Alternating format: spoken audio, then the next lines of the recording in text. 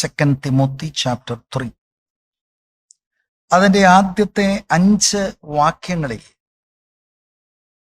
വളരെ ബുദ്ധിമുട്ടുള്ള സമയങ്ങൾ അന്ത്യകാലത്തുണ്ടാകുമെന്നുള്ളതാണ് ബൈബിൾ പ്രവചനം.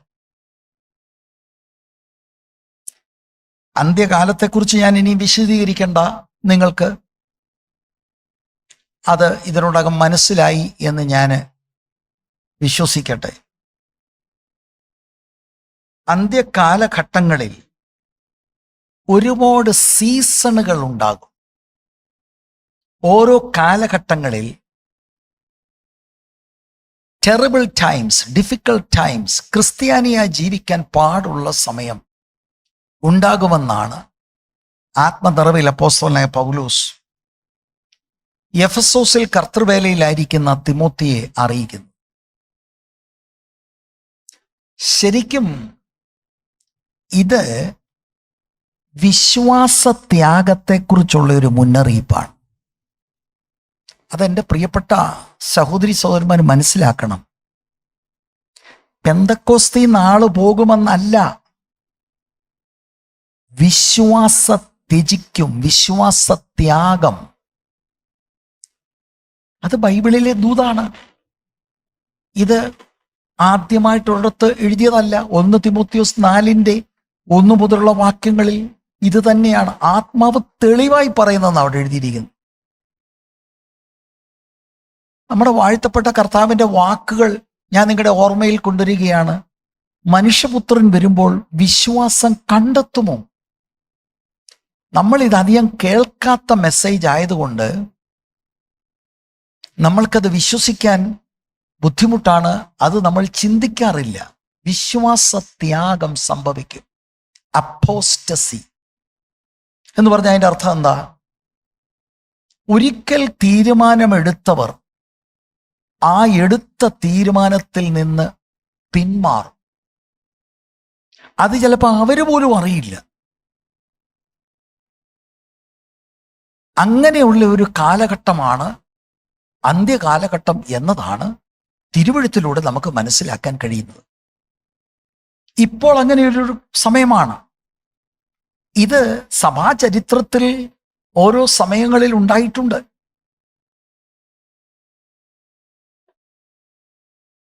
പൗലോസ് ഇവിടെ തിമോത്തിക്കൊരു മുന്നറിയിപ്പ് കൊടുക്കുകയാണ്. ചർച്ച ഏജിൽ ഇങ്ങനെ ഡിഫിക്കൽട്ട്, ഡേഞ്ചറസ് ആയിട്ടുള്ള സമയങ്ങൾ ഉണ്ടാകും എന്നുള്ളത്. 2-ാം വാക്യം മുതൽ 4-ാം വാക്യം വരെ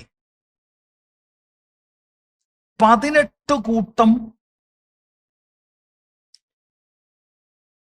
സ്വഭാവദൂഷ്യങ്ങളാണ് പൗലോസ് വിവരിക്കുന്നത്. അപ്പൊ അന്ത്യകാലത്ത് ദുർഘട സമയമാകാൻ കാരണം ഈ സ്വഭാവദൂഷ്യമുള്ള മനുഷ്യർ നിമിത്തമാണ്.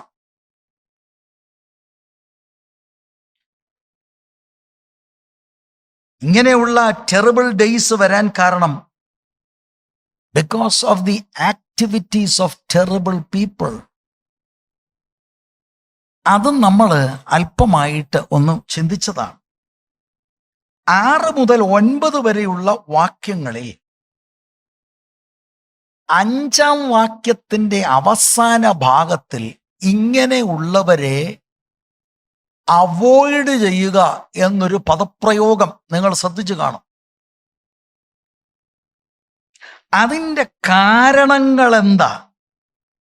ഇത്ര കർക്കശമായി ഇങ്ങനെയുള്ളവരെ, അവരുമായിട്ടുള്ള അസോസിയേഷൻ നമുക്ക് ആവശ്യമില്ല എന്ന് പറഞ്ഞ് അവരുമായിട്ടുള്ള കൂട്ടായ്മയെ നിരുത്സാഹപ്പെടുത്തുന്നതിൻ്റെ കാരണമാണ് 6 മുതൽ 9 വരെയുള്ള വാക്യങ്ങളിൽ നാം കാണുന്നത്. അതിൽ നാം ചിന്തിച്ചപ്പോൾ 3 പ്രധാനപ്പെട്ട കാര്യങ്ങൾ ഈ ഗ്രൂപ്പുകളിൽ ഉള്ളവരിൽ നിന്ന് ചിലരുടെ കാര്യം എടുത്തവിടെ പറയുന്നുണ്ട്. 6-ാം വാക്യത്തിൽ നൂണ് കടക്കുന്നവരെന്നും 7-ാം വാക്യത്തിൽ സ്വാധീനമാക്കുന്നവരെന്നും 8-ാം വാക്യത്തിൽ സത്യത്തോട് മറുത്തു നിൽക്കുന്നവരെന്നും ഈ അന്ത്യകാലഘട്ടത്തിൽ ലോകത്താൽ പിടിക്കപ്പെട്ട ആളുകളുടെ ഇടയിൽ നിന്ന് ദുഷ്പ്രചരണങ്ങളുമായി ദൈവസഭകളെ സ്വാധീനിക്കുന്ന ആളുകളെക്കുറിച്ച് 6 മുതൽ 9 വരെയുള്ള വാക്യങ്ങൾ നമ്മൾ കാണുന്നു. എത്ര തെളിവായിട്ടല്ലേ ദൈവത്തിന്റെ വചനം നമ്മളെ പഠിപ്പിക്കുന്നത്. ശ്രദ്ധിക്കാതെ നമ്മൾ പോകരുത്. നമ്മൾ ഒരു ഉപകരണം വാങ്ങുമ്പോൾ വാണിംഗ് എന്ന് പറഞ്ഞ്, പ്രത്യേകിച്ച് ഒരു ഇലക്ട്രിക്കൽ ഐറ്റം ആണെങ്കിൽ എവിടെയെങ്കിലും അതിൻ്റെ ഒരു രേഖ കാണും. ആ വാണിംഗ് നമ്മൾ ലാഘവമായിട്ട് എടുക്കാറില്ല. കാരണം അങ്ങനെ ലാഘവമായിട്ട് എടുക്കുകയാണെങ്കിൽ ആ ഉപകരണം പിന്നെ ഉപയോഗിക്കുവാൻ കഴിയാത്ത നിലയിലാകും. അത് നമ്മളുടെ പ്രവർത്തനം കൊണ്ട് ഉണ്ടാകുന്നതാണ്. നമ്മൾ സൂക്ഷ്മതയോടെ മുന്നറിയിപ്പിനെ ലംഘിക്കുന്നത് കൊണ്ട് ഉണ്ടാകുന്നതാണ്. നമുക്കാർക്കും വിശ്വാസത്യാഗം ഉണ്ടാകാതിരിക്കാൻ നമ്മൾ ഇത് മനസ്സിലാക്കണം. ഒരാളിൻ്റെ ഹൃദയത്തിൽ പോലും അങ്ങനെയൊന്നും എനിക്ക് സംഭവിക്കത്തില്ല എന്ന് നമ്മൾ ആരും ചിന്തിക്കരുത്. അത് വലിയ അപകടമാണ്. നിൽക്കുന്നു എന്ന് തോന്നുന്ന ആരെങ്കിലും ഉണ്ടെങ്കിൽ വീഴാതിരിക്കാൻ സൂക്ഷിക്കുക. അപ്പൊ നമ്മൾ ഇത് ധ്യാനിക്കുകയും ചിന്തിക്കുകയും ചെയ്യുന്നത് ഇതാണോ? ഒരു പ്രത്യാശയില്ലേ ഡിപ്രസ്ഡ് ആകാനാ? നോ, അതിനല്ല. ഇതിനകത്ത് പിടിച്ചു നിൽപ്പാനുള്ള ദൂത് താഴെയോട്ട് പറയുന്നുണ്ട്. അപ്പൊ ഇത് മുന്നറിയിപ്പ് തരുന്നത് നമ്മുടെ ജീവിതത്തിൽ അനുഗ്രഹമാണ്. നാം ഈ മുന്നറിയിപ്പ് അനുസരിച്ച് നിന്നാൽ നമുക്കും നമ്മുടെ തലമുറകൾക്കും കുടുംബങ്ങൾക്കും വിടുതലാണ്. അപ്പൊ 6 മുതൽ 9 വരെയുള്ള വാക്യങ്ങളിൽ ഈ മേൽപ്പറഞ്ഞ 2 മുതൽ 5 വരെയുള്ള വാക്യങ്ങളിൽ വിവരിച്ചിരിക്കുന്ന ഗ്രൂപ്പുകളിൽ നിന്ന് ചില ആളുകൾ ഭവനങ്ങളിൽ നൂന്നുകടക്കുക. വിശദീകരിക്കുന്നില്ല. അതിൻ്റെ അർത്ഥം തന്ത്രപരമായി അവരകത്ത് പ്രവേശിക്കും. അവർ പ്രവേശിക്കുന്നതിൽ അവർക്ക് ഉദ്ദേശങ്ങളുണ്ട്. എന്താണ് അവരുടെ ഉദ്ദേശം? അവര് ചില ആളുകളെ സ്വാധീനമാക്കുമെന്ന് പറഞ്ഞാൽ അവിടെ എഴുതിയിരിക്കുന്ന വാക്കിന്റെ അസൽ അർത്ഥം 2 രാജ്യങ്ങൾ തമ്മിൽ യുദ്ധം നടന്നു കഴിഞ്ഞാൽ പ്രിസണേഴ്സ് ഓഫ് വാർ, യുദ്ധത്തിൽ പിടിക്കുന്ന ആളുകളുണ്ട്, ആളുകളെ ക്യാപ്റ്റീവ്സ് ആക്കും എന്നതുപോലെ ഈ നൂണ് കടക്കുന്നയാർ ബലഹീന ആളുകളെ അവർ സ്വാധീനിച്ച് അവരുടെ ബന്ധനത്തിലാക്കും. അത് ഉറപ്പാണ്, എഴുതി വച്ചിരിക്കുകയല്ലേ. ഇവര് സത്യത്തോട് മറുത്തു നിൽക്കുന്ന ആളുകളാണ്. അപ്പോസ്തോലിക ഉപദേശങ്ങൾക്ക്, ജീസസ് പഠിപ്പിച്ച സത്യവചനത്തിന്, സത്യത്തിന് അവരെതിരാണ്. പക്ഷെ അവർ ഭക്തിയുടെ വേഷം ധരിച്ച് നടക്കുന്നവരായതുകൊണ്ട് അവരെ വിവേചിച്ചറിഞ്ഞില്ലെങ്കിൽ നമുക്ക് മനസ്സിലാകത്തില്ല. കാരണം പുറമേ കണ്ടാൽ അവർ വളരെ അട്രാക്റ്റീവാണ്. അവർ ആത്മീക വാക്കുകളാണ് പറയുന്നത്. അവർ പ്രൈസലോട് പറയും, അന്യഭാഷ പറയും, ദൂതുണ്ടെന്ന് പറയും, ഇങ്ങനെയൊക്കെയുള്ള കാര്യങ്ങളെല്ലാം പറയും. പക്ഷെ ആക്ച്വലി അവരുടെ ഉദ്ദേശം വേറൊന്നാണ്. ദൈവവചന സത്യത്തിലല്ല അവർ. അപ്പൊ ഇതിൽ ഞാൻ മനസ്സിലാക്കുന്നത് നിങ്ങളോട് പറയാം, ഒരു വലിയ ആത്മീക യുദ്ധമാണ് ഈ നടക്കുന്നത്. മനുഷ്യ മനസ്സുകളെ സ്വാധീനിക്കുവാനുള്ള ഒരു ആത്മീക യുദ്ധമാണ് നടക്കുന്നത്. ദൈവം ദൈവവചനത്താൽ ആത്മാവിനാൽ നമ്മുടെ മനസ്സിനെ സ്വാധീനിച്ച് ദൈവരാജ്യ വ്യാപ്തിക്കും ദൈവനാമ മഹിമയ്ക്ക് വേണ്ടി നമ്മളെ ഉപയോഗിക്കാൻ ദൈവമക്കളായി ദൈവിക സ്വഭാവത്തിലേക്ക് നമ്മളെ നടത്തുവാൻ ശ്രമിക്കുന്നു. അല്ലെങ്കിൽ ദൈവം അതാണ് ചെയ്യുന്നത്. ഇതുപോലെ തന്നെ അതിനെതിരായി നിൽക്കുന്ന എതിർ പ്രൊജക്റ്റുള്ള, എതിർ അജണ്ടയുള്ള ഒരു ദുഷ്ടനുണ്ട്. അവന്റെ ഏജന്റന്മാരുണ്ട്. അവരുടെ പരിപാടിയും നമ്മുടെ മൈൻഡിനെ സ്വാധീനിക്കുക, നമ്മുടെ ചിന്തകളെ കറപ്റ്റ് ചെയ്യുക, നമ്മളെ വ്യത്യസ്തമായി ചിന്തിപ്പിക്കുക, വചനവിരുദ്ധമായി നമ്മളെ ചിന്തിപ്പിക്കുക. എന്നിട്ട് ആ വിരുദ്ധ ചിന്തയ്ക്ക് നമ്മളെ കൺവിൻസ് ചെയ്ത് നമ്മൾ പോവുക. അത് വളരെ അപകടകരമാണ്. ഞാൻ അങ്ങനെയുള്ളവരെ കണ്ടിട്ടുണ്ട്. ഒരു പ്രത്യേകത എന്ന് പറഞ്ഞാൽ, ഒന്ന് നമ്മൾ സത്യത്തിൽ നിന്ന് മാറി ഷിഫ്റ്റ് ആയാൽ പിന്നെ നമ്മൾ എത്ര ഉപദേശം പറഞ്ഞാലും അവരെ മടക്കി കൊണ്ടുവരാൻ വലിയ പാടാണ്. കാരണം ഒരു കളവ് സത്യമായിട്ട് അവർ വിശ്വസിക്കുന്നു. അവർ വിശ്വസിക്കുന്നത് സത്യമാണെന്നാ. വചനത്തിലൂടെ നമുക്കറിയാം അതൊരു കളവാണ്. അത് ഭയാനകമാണ്, അപകടകരമാണ്, നിത്യത നഷ്ടപ്പെടുന്നതാണ്. നമ്മൾ ജാഗ്രത പുലർത്തേണ്ടവരാണ്. നമ്മളെ ദൈവം വിളിച്ചിരിക്കുന്നത് സത്യത്തിൽ നിൽക്കാനാണ്, ക്രിസ്തുവിന്റെ സ്വഭാവത്തോട് അനുരൂപമാകാനാണ്, ദൈവസ്നേഹത്തിൽ നിൽപ്പാനാണ്. ദൈവം നമ്മൾക്ക് വാഗ്ദത്തം ചെയ്യുന്ന സകല ആത്മീയ അനുഗ്രഹങ്ങൾ പ്രാപിച്ച് അതിൽ നടപ്പാനാണ്. ഒരു കാരണവശാലും നമ്മൾ മറ്റൊന്നിലേക്ക് നമ്മുടെ നല്ല മനസ്സ് വിട്ടുകൊടുക്കരുത്. 6 മുതൽ 8 വരെയുള്ള വാക്യങ്ങളിൽ നമുക്ക് മനസ്സിലാക്കാൻ കഴിയുന്നത് ഡിസെപ്ഷൻസ് ആണ്, സൂത്രങ്ങൾ, കളവുകൾ, തന്ത്രങ്ങളാണ് ദുഷ്ടന്റെ പ്രധാനപ്പെട്ട തന്ത്രം, ആയുധം. ഇത് ദൈവസഭയിലുള്ള എല്ലാവരും മനസ്സിലാക്കിയിരിക്കണം. കുടുംബങ്ങളെ ദൈവസഭയില് ഒക്കെ ഇൻഫിൽട്രേറ്റ് ചെയ്ത് സത്യത്തിനെതിരെയും സത്യം പറയുന്നവർക്കെതിരെയും ഇങ്ങനെയുള്ളവർ പ്രവർത്തിക്കും. എപ്പോഴും ശത്രുവിൻ്റെ മെയിൻ അജണ്ട സത്യത്തിനെതിരെ നിൽക്കുക. പൗലോസ് പ്രചരിപ്പിച്ച സത്യം, അപ്പോസ്തലിക ഉപദേശങ്ങൾ, അതിനെതിരെ നിൽക്കുക എന്നുള്ളതാണ്. 8-ാം വാക്യത്തിലേക്ക് വരുമ്പോൾ നമ്മൾ അത് കവർ ചെയ്തതാണെങ്കിലും അവിടെ നിന്ന് 1-2 കാര്യങ്ങൾ പറയാൻ താല്പര്യപ്പെടുകയാണ്. യന്നേസും യംബ്രേസും മോശയോട് എതിർത്ത് നിന്നതുപോലെ തന്നെ ഇവരും സത്യത്തോട് മറുത്തു നിൽക്കുന്നു. ദുർബുദ്ധികളും വിശ്വാസം സംബന്ധിച്ച് കൊള്ളരുതാത്തവരും അത്രേ. അപ്പൊ ഈ ദുരുപദേശക്കാർ, ഈ സത്യത്തോട് എതിർത്ത് നിൽക്കുന്ന ആളുകൾ, പൗലോസ് ഇവിടെ പറയുന്നത് ഇവരെ യന്നേസും യംബ്രയേസിനെയും പോലെയാണെന്ന്. മോശയോട് അവര് എതിർത്തു നിന്നു. അപ്പൊ അത് സംബന്ധിച്ച് നമ്മൾ ചിന്തിച്ചതായതുകൊണ്ട് ഞാനത് ഒത്തിരി വിശദീകരിക്കുന്നില്ല. പുറപ്പാട് പുസ്തകം 7 മുതൽ 9 വരെയുള്ള അധ്യായങ്ങളിലാണ് മോശയും അഹരോനും ഫറവോന്റെ കൊട്ടാരത്തിൽ ചെന്ന്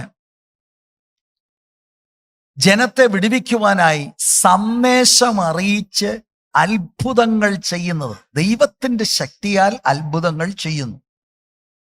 അവിടെയാണ് ഈ യന്നേസും യംബ്രയേസും എന്നുള്ള മന്ത്രവാദികളും ഒരു പരിധി വരെ എന്ന് ഞാൻ പറയാം, ഒരു പരിധി വരെ അവരും ഈ ദൈവദാസന്മാര് ചെയ്ത അത്ഭുതങ്ങളെ ഡ്യൂപ്ലിക്കേറ്റ് ചെയ്തു. നമ്മളത് ചിന്തിച്ചതാണ്. ആദ്യത്തെ 2-3 അത്ഭുതങ്ങളൊക്കെ ഡ്യൂപ്ലിക്കേറ്റ് ചെയ്തു. പേന്റെ കാര്യം വന്നപ്പോൾ അവർക്ക് ചെയ്യാൻ കഴിയുന്നില്ല. അവർ തന്നെ പറയുന്നു ഇത് ദൈവത്തിന്റെ കരമാണ്. പിന്നെ പുണ്ണു പിടിച്ചപ്പോൾ എന്ത് സംഭവിച്ചു എന്നുള്ളത് നിങ്ങൾ ഊഹിച്ചു. ഇവർക്കും പുണ്ണു പിടിച്ചു. അപ്പൊ ഇവർ മുഴുക്കുകയില്ല. ഇവരുടെ ഈ മണ്ടത്തരം ജനത്തിന് തന്നെ ബോധ്യമാകും. എന്നാൽ ഇവിടെ നമ്മൾ മനസ്സിലാക്കേണ്ടത്, ഈ വീടുകളിൽ നൂണ് കിടക്കുന്ന ആളുകൾ യന്നേസും യംബ്രയേസെ പോലെയാണ് എന്നൊക്കെയുള്ള ഒരു ചിന്ത വരുമ്പോൾ അതിൽ അന്തർലീനമായി കിടക്കുന്ന ആശയം, ഇവരും അത്ഭുതം ചെയ്യുന്നവരാ ആകാം. ഒരു ദൂത്, ഒരത്ഭുതം ഒക്കെ ചെയ്യാൻ ത്രാണിയും കഴിവും ഒരുപക്ഷെ ഉള്ളവരായിരിക്കാം.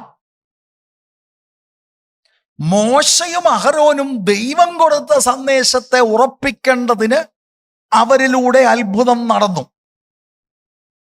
ഇവരാ സത്യത്തോടെ എതിർത്ത് നിൽക്കാൻ അത്ഭുതം കാണിക്കുന്നു. ഇപ്പൊ നമ്മുടെ വീടുകളിൽ കയറി അല്ലെങ്കിൽ സഭാജനത്തെ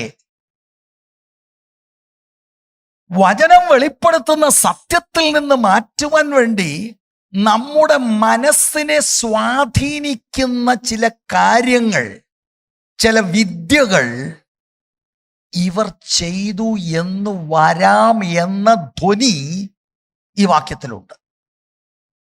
വളരെ ഗൗരവമായിട്ട് എടുക്കണം. അത്ഭുതങ്ങൾ തനി പകർപ്പാക്കിയ ആളുകളാണ് യന്നേസും യംബ്രയേസും. ഇതുപോലെ ഈ പുള്ളികൾക്ക് ചെയ്യാൻ കഴിയും. അപ്പൊ എൻ്റെ വ്യക്തിപരമായ ഡെയിലി ഡിവോഷൻ ആവർത്തന പുസ്തകമാണ്. അവിടെ നിന്ന് ഞാൻ ഇതിനോട് ചേർന്ന് ഒന്ന് രണ്ട് കാര്യങ്ങൾ ഞാൻ പറയാൻ താല്പര്യപ്പെടുകയാണ്. അത് നമ്മുടെ കഴിഞ്ഞ ഡിവോഷനിൽ നമുക്ക് ചിന്തിക്കാത്ത കാര്യമാണ് ഞാനിപ്പോൾ പറയാൻ പോകുന്നത്. ശരി, ഒരു പ്രവാചകൻ, ഒരു ശുശ്രൂഷകൻ സത്യമായിട്ടും ദൈവത്തിൽ നിന്ന് ദൈവനിയോഗത്താൽ വന്നവനാണെന്ന് എങ്ങനെ അറിയാം? മോശ അതിന് തെളിവ് പറയുന്നുണ്ട്. ആവർത്തന പുസ്തകം 18-ാം അധ്യായത്തിന്റെ 21-22 വാക്യം എങ്ങനെയാണ് ഒരു ട്രൂ പ്രോഫറ്റിനെ ഐഡന്റിഫൈ ചെയ്യുന്നത്? അല്ലെങ്കിൽ ഒരു ട്രൂ ടീച്ചർ എന്ന് വെച്ചോ, ട്രൂ പ്രോഫറ്റ് എന്ന് വെച്ചോ, ട്രൂ പാസ്റ്റർ എന്ന് വെച്ചോ, അപ്പോസ്റ്റൽ എന്ന് വെച്ചോ, അത് യഹോവ അരുളി ചെയ്യാത്ത വചനമെന്ന് ഞങ്ങൾ എങ്ങനെ അറിയും എന്ന് നിന്റെ ഹൃദയത്തിൽ പറഞ്ഞാൽ, അല്ല, ഈ മെസ്സേജ് ദൈവത്തിൽ നിന്നല്ല, ഈ ദൂത് ദൈവത്തിൽ നിന്നല്ല, എൻ്റെ വീട്ടിൽ വന്ന അല്ല ഈ ചർച്ചിൽ വന്ന ഇയാള് പറഞ്ഞ ദൂത് ഏത് ദൈവം പറഞ്ഞതല്ല. How will you know?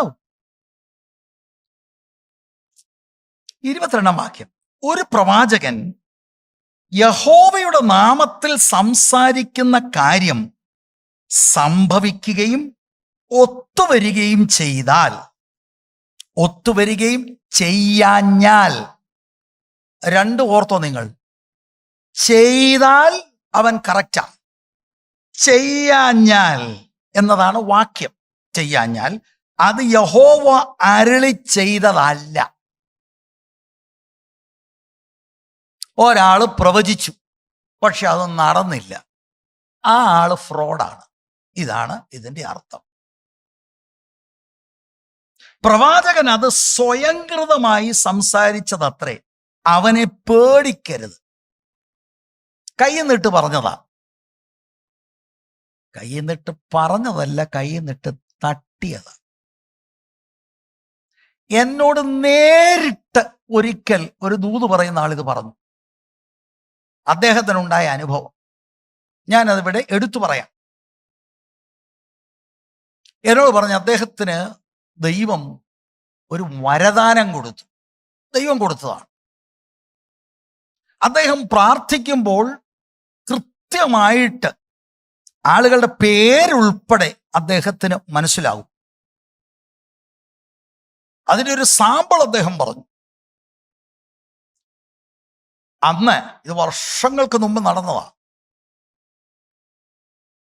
ഒരു യുദ്ധം നടന്നുകൊണ്ടിരുന്ന കാലഘട്ടത്തിൽ ഒരു സഹോദരിയുടെ ഭർത്താവ് പട്ടാളത്തിലാ, എഴുത്ത് വരുന്നില്ല. ഇപ്പോഴത്തെ പോലെയുള്ള സംവിധാനമല്ല അന്ന്, എഴുത്ത് വരണം, എഴുത്ത് വരുന്നില്ല. ആളുകൾക്കെല്ലാം വിഷമമായി പോയി. അങ്ങനെ ഇരുന്നപ്പോൾ ഞാൻ ഈ പറയുന്ന സഹോദരൻ അവിടെ വന്ന് പ്രാർത്ഥിച്ചു. അദ്ദേഹം പറയാണ്, എഴുത്ത് വരുന്നുണ്ട്, ബാബു എന്ന് പറയുന്ന ഒരാളായിരിക്കും എഴുത്തുകൊണ്ട് തരുന്നത്. പോസ്റ്റ്മാൻ ബാബു ആയിരിക്കും തരുന്നത്.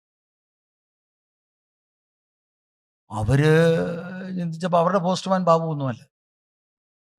ഇതെന്തൊരു ദൂതാണ്. പക്ഷേ അത്ഭുതകരമായി ചില ദിവസങ്ങൾ കഴിഞ്ഞപ്പോൾ പോസ്റ്റ്മാൻ മാറി. ബാബു എന്ന് പറയുന്ന ഒരു പോസ്റ്റ്മാൻ മാറി. ആള് കൊണ്ട് ഭർത്താവിൻ്റെ എഴുത്ത് ഭാര്യയുടെ കൊടുത്തു. അപ്പം അദ്ദേഹം പറഞ്ഞ വ്യക്തിപരമായ ദൂതിൻ്റെ ആഴമാണ് ഞാൻ പറഞ്ഞത്. സ്തോത്രം. വ്യക്തിപരമായ ദൂതിനെ കുറിച്ചൊക്കെ ഞാൻ സമയമുണ്ടെങ്കിൽ പറയാം. അപ്പൊ ഇതങ്ങോട്ട് കഴിഞ്ഞപ്പോൾ ഇദ്ദേഹത്തെ എല്ലായിടത്തും വിളിച്ചുകൊണ്ട് പോവുക. അവിടെ പ്രാർത്ഥിക്കണം, ഇവിടെ പ്രാർത്ഥിക്കണം, അവിടെ പ്രാർത്ഥിക്കണം. ഇത് നേരിട്ട് എന്നോട് പറഞ്ഞതാണ്. അദ്ദേഹം പറഞ്ഞു, ഞാൻ ഒരിടത്ത് ചെന്നപ്പം എനിക്കൊന്നും പറയാനൊന്നുമില്ല. അദ്ദേഹം എനിക്ക് തോന്നുന്നു ആദ്യം പറഞ്ഞു നോക്കി, പ്രത്യേകിച്ച് ഒന്നുമില്ല. അയ്യോ അങ്ങനെ പറയില്ല, അങ്ങനെയാണല്ലോ നമ്മുടെ ഇടപാട്, ഒന്നുകൂടെ ഒന്ന്. ലാസ്റ്റിൽ നിവൃത്തിയില്ല, അവിടുന്ന് പോകണം. അദ്ദേഹം എന്നോട് പറഞ്ഞു, ഞാൻ ന്യായവിധിയുടെ ഒരു ദൂത് പറഞ്ഞു, വാള് വരുന്നെന്നോ അടി വരുന്നോ വേണ്ടെന്നോ പറഞ്ഞു. എന്നോട് അദ്ദേഹം നേരിട്ട് പറഞ്ഞത്. പിന്നീട് അദ്ദേഹത്തിന് ഒരിക്കൽ പോലും ദൈവം അദ്ദേഹത്തോട് ഈ നിലയിൽ ഇടപെട്ടിട്ടില്ല. പക്ഷെ ഫാൻ സ്വിച്ച് ഓഫ് ചെയ്താലും ഫാൻ കറങ്ങിക്കൊണ്ടിരിക്കുകയാണ്. കറണ്ട് എന്നേ പോയി. ദുർവിനിയോഗം ചെയ്തതിന്റെ വെളിച്ചത്തിൽ ഞാൻ ഈ പറഞ്ഞ വ്യക്തിക്കുണ്ടായ അനുഭവം എന്നോട് നേരിട്ട് പറഞ്ഞാണ് ഞാൻ പറയുന്നത്. സ്തോത്രം. എന്നതുപോലെ പറയുന്ന കാര്യങ്ങൾ സംഭവിക്കാതിരുന്നാൽ ആള് ഫ്രോഡാണ്. അപ്പൊ അതൊരു തെളിവാണ്. സ്തോത്രം. പറയുന്ന പ്രവചനങ്ങൾ അത് സത്യമായിട്ടും വെളിപ്പെടുന്നില്ലെങ്കിൽ അത് ആ മനുഷ്യന്റെ ഐഡന്റിറ്റി തുറന്നു കാണുകയാണ്. ആളിനെ ഭയപ്പെടേണ്ട, ആള് കൈന്നിട്ട് പറഞ്ഞത്. പക്ഷെ ഇതവിടെ നിൽക്കുമ്പോൾ ഈ 18-ാം അധ്യായത്തിൽ നിങ്ങളുടെ കരമിരിക്കുമ്പോൾ നിങ്ങൾ 13-ാം അധ്യായത്തിലേക്ക് വരണം. 13-ാം അധ്യായം വീട്ടിൽ ചെന്ന് നിങ്ങൾ മുഴുവനും വായിക്കണം. അവിടെ 3 പ്രധാനപ്പെട്ട സംഭവങ്ങളാണ്.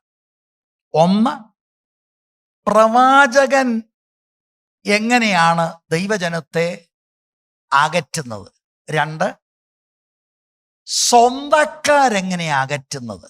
3, നീചന്മാർ അല്ലെങ്കിൽ റെവല്യൂഷണറീസ് എങ്ങനെയാണ് സ്വാധീനിച്ച് ദൈവത്തിൽ നിന്ന് വിഗ്രഹങ്ങളിലേക്ക് അകറ്റുന്നത്.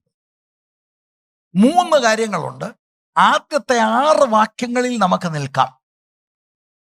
അവ മറക്കരുത്, വിഷയം വിടരുത്. യാന്നേസും യംബ്രയേസും മോശയോട് എതിർത്തുന്നത് പോലെ സത്യത്തിന് വിരോധികളാകുന്ന ഈ കാലഘട്ടത്തിൽ വീടുകളിൽ, അതിനകത്ത് സഭകളും സാധ്യതയുണ്ട്. ഞാൻ ആ വ്യാഖ്യാനം നേരത്തെ പറഞ്ഞിട്ടുണ്ട്. വീടുകളിലാകട്ടെ സഭകളിലാകട്ടെ കയറി സത്യത്തോട് എതിർത്ത് നിൽക്കുന്നവർക്കും ചില കാര്യങ്ങൾ പറയുകയോ ചെയ്യുകയോ ഒക്കെ ചെയ്യാൻ കഴിയും.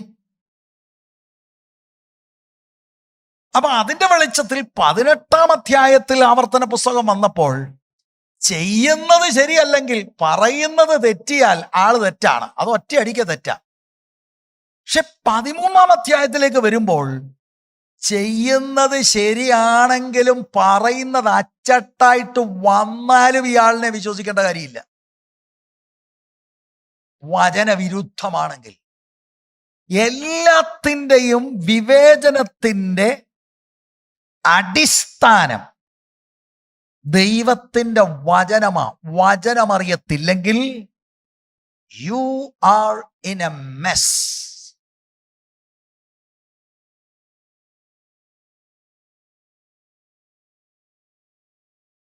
ഒന്നാം വാക്യം, ദൈവവചനത്തിന്റെ പ്രാധാന്യത.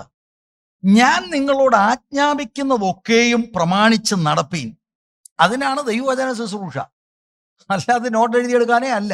അത് പിന്നീട് സമയമുണ്ടെങ്കിൽ ഞാനത് പിന്നീടും അതും പറഞ്ഞ് മനസ്സിലാക്കാം. താഴോട്ടുള്ള വാക്യങ്ങളിലൊക്കെ അതിൻ്റെ പ്രാധാന്യത നമുക്ക് കാണാൻ കഴിയും. ഞാൻ നിങ്ങളോട് ആജ്ഞാപിക്കുന്നതൊക്കെയും പ്രമാണിച്ച് നടപ്പീൻ. അതിനോട് കൂട്ടരുത്, അതിൽ നിന്ന് കുറയ്ക്കുകയും അരുത്. The whole counsel of God is in His word. കൂട്ടാനോ കുറയ്ക്കാനോ ഭൂമിയിൽ ഒരുത്തനും അവകാശമില്ല. ട്വിസ്റ്റ് ചെയ്യാൻ അവകാശമില്ല. വചനത്തിന്റെ ഈ പ്രാധാന്യതയും ഗൗരവവും പറഞ്ഞ് ഇത് അനുസരിക്കാൻ വേണ്ടി ഉള്ളതാണെന്ന് പറഞ്ഞിട്ട് വാണിങ് തുടങ്ങുക. 2-ാം വാക്യം, നിങ്ങളുടെ ഇടയിൽ ഒരു പ്രവാചകനോ സ്വപ്നക്കാരനോ എഴുന്നേറ്റ് നീ അറിഞ്ഞിട്ടില്ലാത്ത അന്യ ദൈവങ്ങളെ നാം ചെന്ന് സേവിക്ക എന്ന് പറഞ്ഞുകൊണ്ട് ഒരടയാളമോ അത്ഭുതമോ മുന്നറിയിക്കുകയും അവൻ പറഞ്ഞ അടയാളമോ അത്ഭുതമോ സംഭവിക്കുകയും ചെയ്താൽ ആ പ്രവാചകന്റെയോ സ്വപ്നക്കാരന്റെയോ വാക്ക് നീ കേട്ടനുസരിക്കരുത്. നിങ്ങളുടെ ദൈവമായ യഹോവയെ പൂർണ്ണ ഹൃദയത്തോടും പൂർണ്ണ മനസ്സോടും നിങ്ങൾ സ്നേഹിക്കുന്നുവോ എന്ന് അറിയേണ്ടതിന് നിങ്ങളുടെ ദൈവമായ യഹോവ നിങ്ങളെ പരീക്ഷിക്കുകയാകുന്നു. നിങ്ങളുടെ ദൈവമായ യഹോവയെ നിങ്ങൾ അനുസരിച്ച് ഭയപ്പെടുകയും അവന്റെ കൽപ്പന പ്രമാണിച്ച് അവന്റെ വാക്ക് കേൾക്കുകയും അവനെ സേവിച്ച് അവനോട് ചേർന്നിരിക്കുകയും വേണം. 18-ാമത്തെ അധ്യായത്തിൽ പറയുന്നത് ഒരു ഐഡന്റിഫിക്കേഷൻ മാർക്കുണ്ട്. ദൂത് അച്ചട്ടാണെങ്കിൽ ആള് ഓക്കെയാ. 13-ൽ പറയുകയാണ് ദൂത് അച്ചട്ടാണെങ്കിലും മെസ്സേജ് വചനവിരുദ്ധമാണെങ്കിൽ ആള് ഫ്രോഡാ.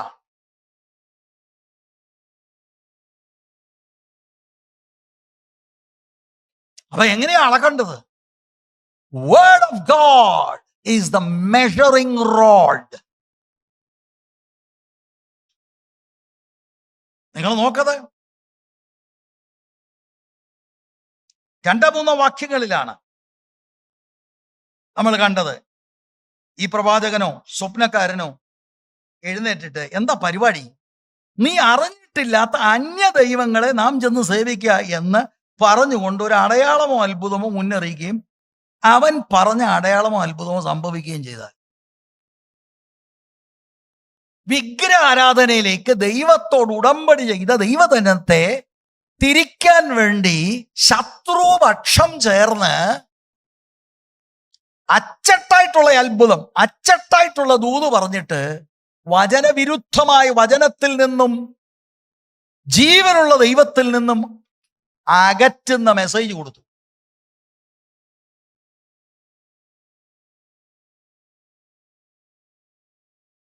പുതിയ നിയമ വിശ്വാസി പറയും ഞങ്ങൾക്കിപ്പം എന്താണ് വിഗ്രഹാരാധന?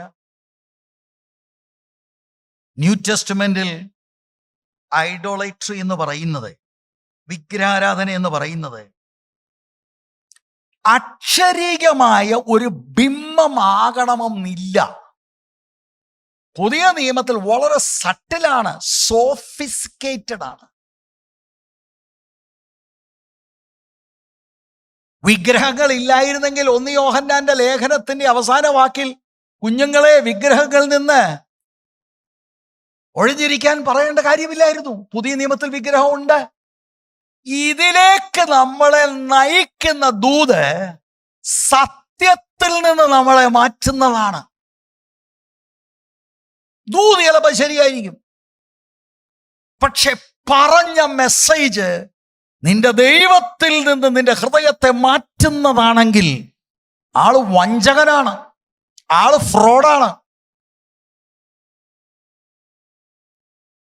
Don't be carried away by what someone said. Check it out in the word.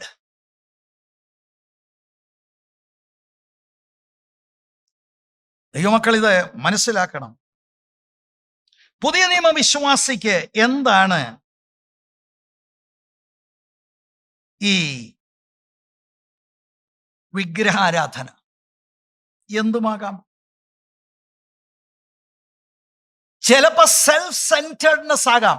സ്വയത്തെ സിംഹാസനത്തിലിരുത്തി സ്വയാരാധന.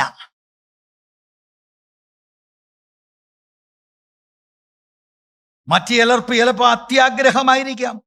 വേറെ ചിലർക്ക് അമിതമായ ഭക്ഷണപ്രീതി, ഗ്ലട്ടണി പാപമാണ്.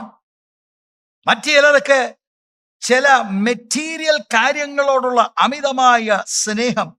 ഇത് മുഴുവനും അൾട്ടിമേറ്റ്ലി ദൈവത്തോടുള്ള മത്സരമാണ്. ഇതിനനുകൂലമായ ദൂത് പറഞ്ഞു തരും. നമ്മൾ പോലും അറിയത്തില്ല.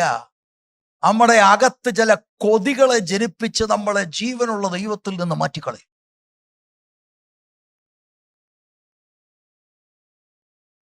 നടന്ന ചില സംഭവങ്ങളൊക്കെ എടുത്തു പറയുമ്പോൾ കറക്റ്റ് ആണല്ലോ, പക്ഷെ പിന്നെ പറയുന്നത് വചന അടിസ്ഥാനത്തിലുള്ളത് അല്ലെങ്കിൽ റിജക്റ്റ് ഹിം. പേര് വെളിപ്പെടുത്തിയ അതിനെന്നാ? പേര് വെളിപ്പെട്ടു, പേര് കറക്റ്റാ. മക്കളുടെ പേരും പറഞ്ഞു കറക്റ്റ്. പക്ഷെ പിന്നെ പറഞ്ഞു തന്നത് എന്നെ എൻ്റെ ദൈവത്തിൽ നിന്ന് അകറ്റുന്ന ചില വിഷയമാണെങ്കിൽ ആള് ശരിയല്ല. മെയിൻ കാര്യം അതാണ്.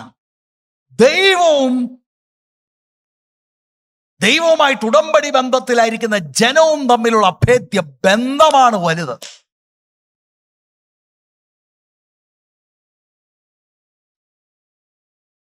വളരെ സിമ്പിളായിട്ട് നമുക്ക് എല്ലാം അറിയാമെന്ന ഒരർത്ഥം. വിഗ്രഹം എന്താണ്, അല്ലെ അന്യദൈവം എന്താണ്? ജീവനുള്ള ദൈവത്തിന്റെ സ്ഥാനത്ത് മറ്റൊരു വ്യക്തിയോ പ്രസ്ഥാനമോ മറ്റെന്തെങ്കിലും ആ സ്ഥാനമെടുത്ത് എനിക്ക് പൂർണ്ണമായി ജീവനുള്ള ദൈവത്തെ സ്നേഹിപ്പാൻ കഴിയാതെ എൻ്റെ സ്നേഹത്തെ പിടിച്ചെടുക്കുന്ന എന്തുമാകട്ടെ, വ്യക്തികളാകാം, സ്വയമായിട്ടാകാം, സ്ഥാനമാനങ്ങളാകാം, മെറ്റീരിയൽ പൊസഷൻസ് ആകാം, എന്തുമാകട്ടെ, ദാറ്റ്സ് യുവർ ഐഡൽ. ദൈവത്തെയും മാമോനെയും കൂടെ ഒരുമിച്ച് സേവിക്കാൻ ഒക്കത്തില്ല. ഒരാളെ പകയ്ക്കും. നമുക്ക് തന്നെ അറിയില്ല. ഇങ്ങനെ ഉള്ളവരുമായി കൂട്ടായ്മ അരുത്. നിങ്ങൾ നിങ്ങളുടെ തലമുറകളും പൊള്യൂട്ടഡ് ആകും. അതാണ് 5-ാം വാക്യത്തിന്റെ അവസാനത്തിൽ പോൾ പറയുന്നത്. Have nothing to do with them, avoid them. അല്ലെ നിന്നെ കെണിയിൽ കുടുക്കും.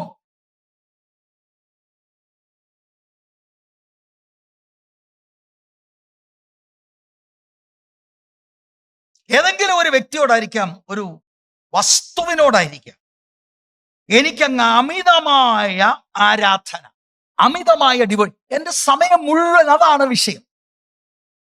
അത് നമ്മൾ ജസ്റ്റ് നമ്മളെ തന്നെ ഒന്ന് അനലൈസ് ചെയ്താൽ മതി. എവിടെയാണ് ഈ സമയമെല്ലാം? എന്താണ് എൻ്റെ ചിന്തകളിലൂടെ വരുന്നത്? 24 മണിക്കൂറിൽ ഏറ്റവും അധികം ഞാൻ വെച്ച് താലോലിക്കുന്നത് എന്താണ്? You got your answer. അതിനെ പ്രോത്സാഹിപ്പിക്കുന്ന ദൂതുകൾ ദൈവത്തിൽ നിന്ന് നമ്മളെ അകറ്റുന്നതാണ്. ഒരു വാക്യം, എഫേസ്യ ലേഖനം 5:5. ദുർനടപ്പുകാരൻ, അശുദ്ധൻ, വിഗ്രഹാരാധിയായ ദ്രവ്യാഗ്രഹി. അത് കണ്ടോ? വിഗ്രഹ ആരാധിയായ ദ്രവ്യാഗ്രഹി. ഇവർക്ക് ആർക്കും ക്രിസ്തുവിൻ്റെയും ദൈവത്തിൻ്റെയും രാജ്യത്തിൽ അവകാശമില്ല എന്ന് നിങ്ങൾ അറിയുന്നുവല്ലോ. അമിതമായി പണം, അമിതമായ മെറ്റീരിയൽ കാര്യത്തിന് ഗ്രീഡ്, ആവേശം, ഉണ്ടാക്കണം ഉണ്ടാക്കണം ഉണ്ടാക്കണം. ദാറ്റ്സ് ഐഡോളേറ്ററി.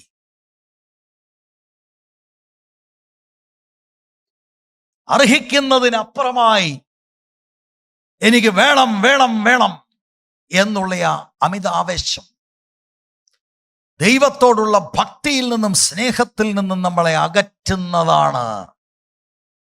അപ്പോഴാണ് ദൂത് വരുന്നത്. ഞാൻ കാണുന്നു, ഒട്ടനെ മനസ്സ് വരണം, ഇതെൻ്റെ ജഡമനുഷ്യനെ താലോലിക്കുന്ന സംഭവം എൻ്റെ ദൈവത്തിൽ നിന്ന് എന്നെ അകറ്റുകയാണ്.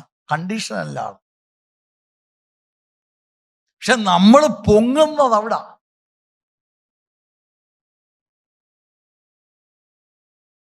കാരണം എന്തോ ഒരു സംഭവം പറഞ്ഞത് കറക്റ്റ് ആയിരുന്നു അല്ലേ?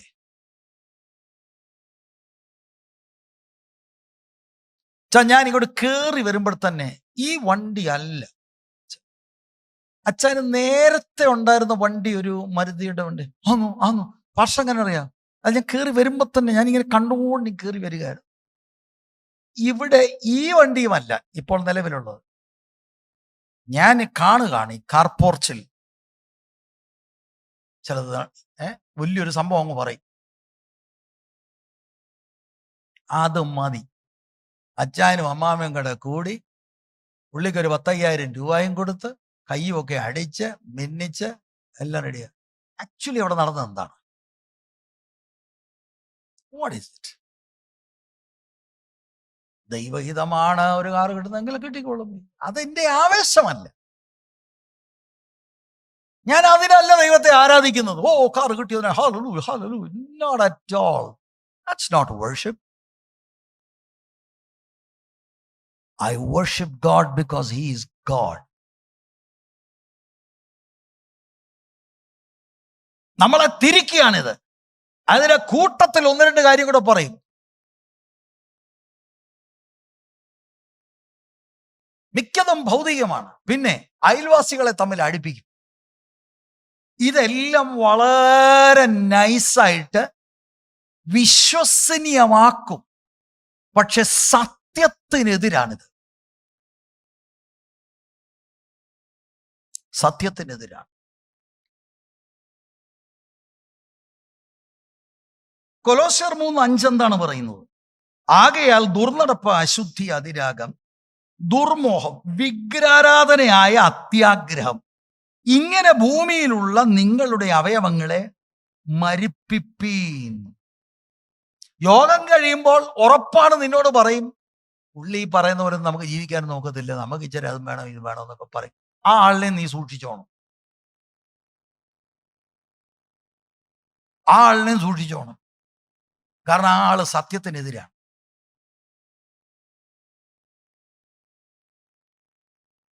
അപ്പൊ 4-ാം വാക്യത്തിൽ ആവർത്തന പുസ്തകം 13, ആ പ്രവാചകന്റെയോ സ്വപ്നക്കാരന്റെയോ വാക്ക് നീ കേട്ടനുസരിക്കരുത്.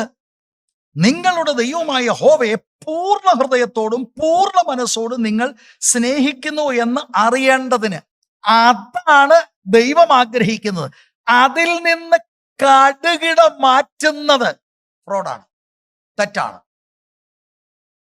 ദൈവത്തിന് എൻ്റെ 100% എൻ്റെ mind, soul, my heart, my spirit, my body എല്ലാം ദൈവത്തിന് വേണം. അതിൽ നിന്ന് എന്നെ മാറ്റുന്നത് എത്ര വിശ്വസനീയമായി പറഞ്ഞാലും ശരിയല്ല.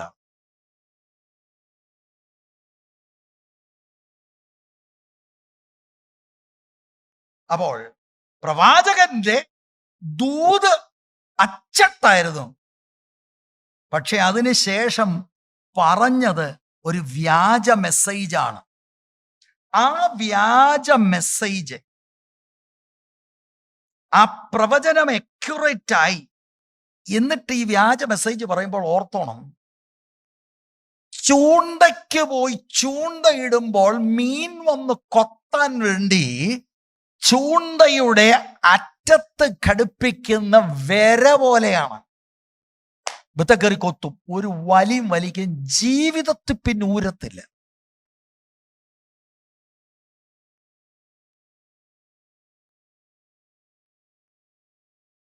അതുകൊണ്ട് ഞാൻ പിന്നെ എടുത്തു പറയുന്നു, കള്ളപ്രവാചകൻ കള്ള ഉപദേശിക്കും, അല്പസ്വല്പമൊക്കെ വിശ്വസനീയമാകുന്ന ചില കാര്യങ്ങൾ ചെയ്യാൻ കഴിയും എന്ന് ഞാൻ ഈ ടെക്സ്റ്റിൽ നിന്ന് മനസ്സിലാക്കുന്നത് നിങ്ങളോട് പറയുകയാണ്.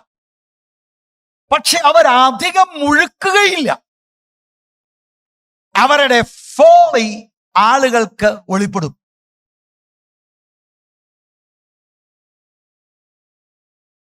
അതുകൊണ്ട് നമ്മൾ ആരും ചതിവിൽപ്പെടരുത്. ഞാൻ ഇങ്ങനെയുള്ള കാര്യങ്ങൾ എത്ര പറഞ്ഞാലും നിങ്ങൾ ചിലർ മാറത്തില്ലെന്നുള്ളത് എനിക്കറിയാം. അത് ആരാണെന്നും എനിക്കറിയാം, അതെന്താണെന്നും എനിക്കറിയാം. അതിന്റെ പ്രധാന കാരണം ആ മറ്റേ അനുഭവങ്ങളിൽ നിങ്ങൾ ട്രെയിൻഡായി പോയി. ഒരു കളവ് സത്യമായി വിശ്വസിച്ചാൽ ഇറ്റ്സ് ഹാർഡ്. എപ്പോഴും ദൈവത്തിന്റെ സന്നിധിയിൽ വരേണ്ടത് ഓപ്പൺ ഹാർട്ടോട് കൂടിയ. നമ്മുടെയൊക്കെ ജീവിതത്തിൽ വചനവിരുദ്ധമായ ഒരു കാര്യം നമ്മൾ താലോലിക്കുന്നുണ്ടെങ്കിൽ സത്യമായ ദൈവവചനം കേൾക്കുമ്പോൾ വ്യാജമായി തെറ്റായി കൊണ്ട നടക്കുന്നതിനെ ഡിലീറ്റ് ചെയ്യാൻ നമ്മൾ തയ്യാറാണ്. Praise the Lord. എനിക്ക് 100% അറിയത്തില്ല പ്രിയരെ, എനിക്കറിയത്തില്ല. പക്ഷെ സത്യം കേട്ടാൽ കേൾക്കുന്ന നിമിഷം മുതൽ അത് അനുകരിക്കാനുള്ള സമർപ്പണം എനിക്കുണ്ട്.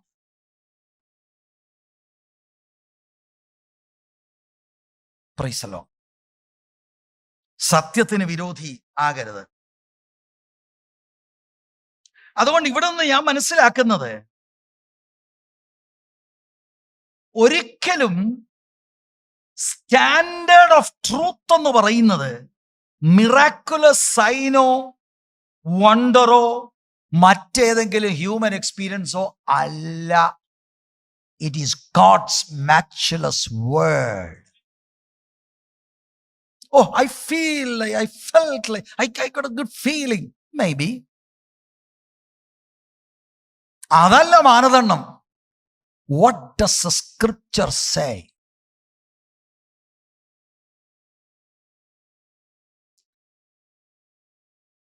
സത്യത്തിന്റെ സ്റ്റാൻഡേർഡ് ദൈവത്തിന്റെ വചനമാണ്. വായിച്ചാന്നോ ഇന്ന് വന്നത്? വായിക്കാറുണ്ടോ? വ്യക്തിപരമായി പഠിക്കാറുണ്ടോ? അവരവര് ചിന്തിക്കുക. 5-ാം വാക്യത്തിൽ നിങ്ങളുടെ ദൈവമായ യഹോവ നിങ്ങളെ പരീക്ഷിക്കയാകുന്നു. എന്തിനാ കർത്താവേ ഈ യാചന അയച്ചത്? നീ ഈ കെണിക്കകത്താണോ നിന്റെ ഇൻട്രസ്റ്റ്, അതോ നീ എന്നെ പൂർണ്ണ ഹൃദയത്തോടെ സ്നേഹിക്കുമെന്ന് അറിയേണ്ടതിന് അനുവദിച്ചതാ. അപ്പോഴാണ് നീ തുള്ളി തുള്ളി എൻ്റെ പുറകെ പോയി.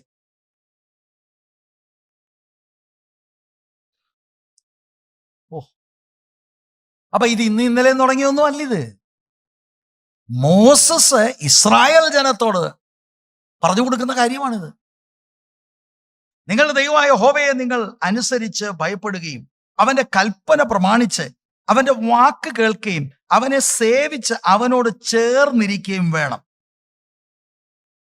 അപ്പൊ ടെസ്റ്റാണ് ഇത്. ദൈവമല്ല ഈ വ്യാജത്തിന്റെ സോഴ്സ് ദൈവമല്ല. പക്ഷേ ഈ വ്യാജനെ, ദൈവത്തിന്റെ ജനത്തെ ടെസ്റ്റ് ചെയ്യാൻ ദൈവം ചിലപ്പോൾ അനുവദിക്കും. സ്തോത്രം. പക്ഷെ ഇത് മനസ്സിലാക്കിയാലും എൻ്റെ മോളെ നാളെ പിന്നെ അടുത്തത് ചെയ്യും. അതെന്താ? നമ്മളെ അങ്ങനെ ആക്കിയിരിക്കുകയാണ്.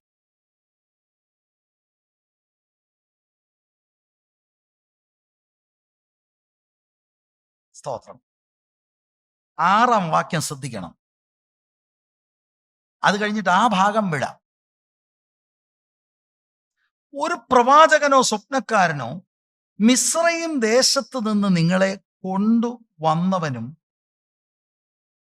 അടിമ വീട്ടിൽ നിന്ന് വീണ്ടെടുത്തവനുമായ നിങ്ങളുടെ ദൈവമായ യഹോവയ്ക്ക് വിരോധമായി ദ്രോഹം സംസാരിച്ച് നീ നടക്കേണ്ടതിന് നിന്റെ ദൈവമായ യഹോവ കൽപ്പിച്ച വഴിയിൽ നിന്ന് നിന്നെ തെറ്റിപ്പാൻ നോക്കിയത് കൊണ്ടും അവനെ കൊല്ലണം.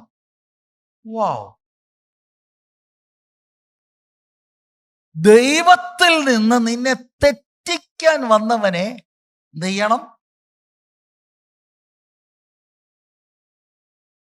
പുതിയ നിയമത്തിലെ കാര്യമല്ല ഇത്, പഴയ നിയമത്തിലാണ് അത് എഴുതിയിരിക്കുന്നത്. ഇസ്രായേൽ ജനത്തോടുള്ള ബന്ധത്തിൽ. പുതിയ നിയമത്തിൽ എങ്ങനെയാ? പുതിയ നിയമത്തിൽ ആ സ്പിരിറ്റാണ്. ഒരു കാരണവശാലും ഇയാളുമായിട്ട് എനിക്ക് കൂട്ടായ്മയില്ല. കാരണം ഇവൻ തെറ്റിക്കുന്നവനാണ്. എത്ര വലിയ ഗംഭീര പ്രകടനങ്ങൾ നടത്തിയാലും I have nothing to do with that person. ആ അർത്ഥത്തിലാണ് ന്യൂ ടെസ്റ്റ്മെന്റിൽ നമ്മൾ അത് കാണേണ്ടത്.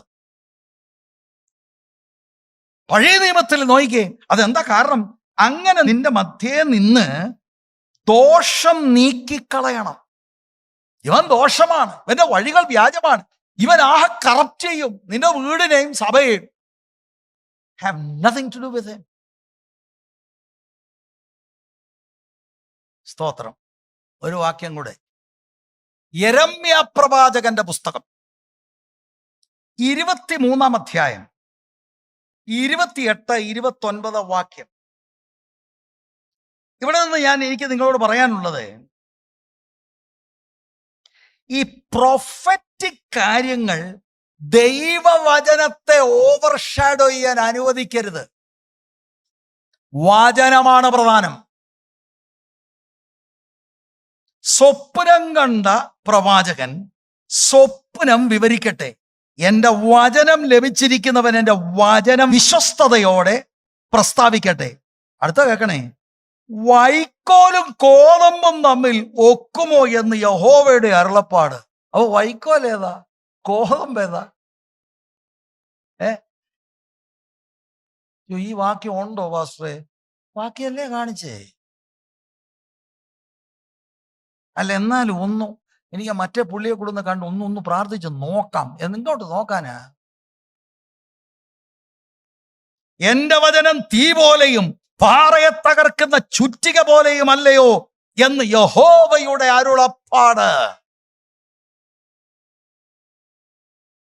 അപ്പൊ ഇവിടെ പറഞ്ഞിരിക്കുന്ന സ്വപ്നം കണ്ട പ്രവാചകൻ സ്വപ്നം വിവരിക്കട്ടെ എന്ന് പറയുമ്പോൾ ഇതൊരു കറപ്റ്റ് പ്രോഫറ്റാ. ആ കറപ്റ്റ് പ്രോഫറ്റിന്റെ ഡ്രീം അവൻ സ്വപ്നം കണ്ടെന്ന് നിങ്ങളോട് പറയും. ആത്മാവ് കൊടുക്കുന്നതുണ്ട്, അതല്ല ഇപ്പൊ പറയുന്നത്. കൊടുക്കാനും ദൈവത്തിൽ നിന്ന് അകറ്റാനും വേണ്ടി പ്രയോഗങ്ങളുണ്ട്. അവന്റെ ഈ സ്വപ്നം വൈക്കോല് പോലെയാ എന്ന് പറഞ്ഞാൽ എന്താ? കഴമ്പുള്ളതല്ല, നിന്നെ സഹായിക്കുന്നതുമല്ല.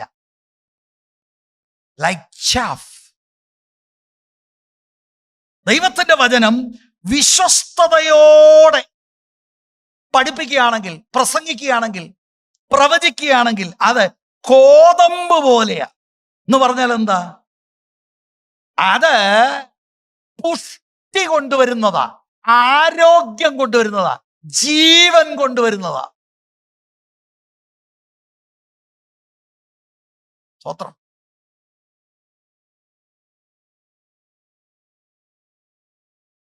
ഇതാ ദൈവത്തിന്റെ വചനം. അതുകൊണ്ട് മറ്റ് കാര്യങ്ങളിലേക്ക് മറിയരുത്. തിമോത്തി കാലഘട്ടത്തിൽ നിൽക്കണം. പൗലോസ് നിന്നു, തിമോത്തി നിൽക്കണം. ഇവിടെയുള്ള ദൈവ മക്കൾ നിൽക്കണം. ഓൺലൈനിൽ കാണുന്നവർ നിൽക്കണം. യന്നേസും യംബ്രയേസും മോശയോട് എതിർത്ത് നിന്നതുപോലെ ഈ കൂട്ടർ സത്യത്തോട് എതിർത്ത് നിൽക്കും.